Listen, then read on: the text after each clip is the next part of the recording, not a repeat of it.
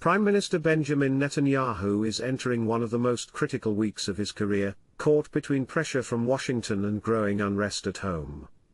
On Monday, he meets U.S. President Donald Trump at the White House, where a sweeping American plan will be presented, 21 detailed clauses aimed at ending the Gaza war and paving a path toward peace. The plan calls for an immediate ceasefire, the return of all hostages within 48 hours, and the release of thousands of Palestinian prisoners.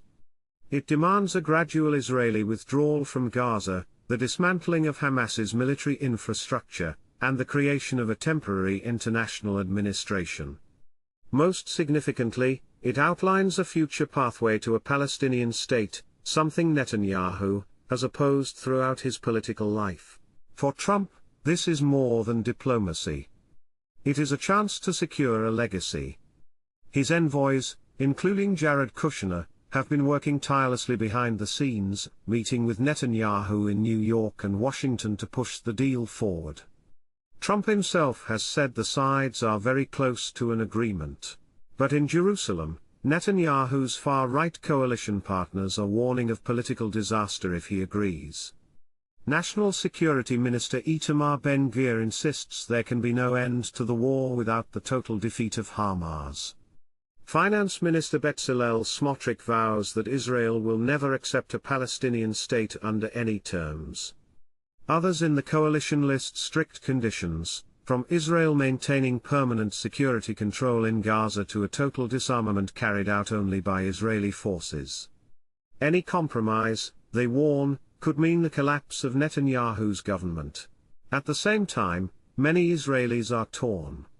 Families of hostages plead for compromise to bring their loved ones home, while others demand the war continue until Hamas is destroyed.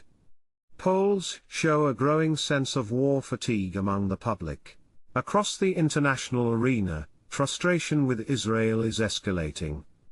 Gulf states and European governments are threatening boycotts, sanctions, and suspensions from cultural and sporting events if the war drags on without a political plan. For the White House, this is a defining moment. For Netanyahu, it is a political trap. Sources suggest he may try to delay, requesting time for adjustments, or blaming Hamas for rejecting key terms. But early signs from Washington suggest the Trump administration is unwilling to wait. And so Netanyahu faces a crossroads. Accept the US plan, and he risks losing his coalition. Reject it, and Israel may slip deeper into isolation while dozens of hostages remain in Gaza. The decision in the coming days will not only shape the future of the Gaza war. It may decide the fate of Netanyahu's government, and his political legacy for years to come.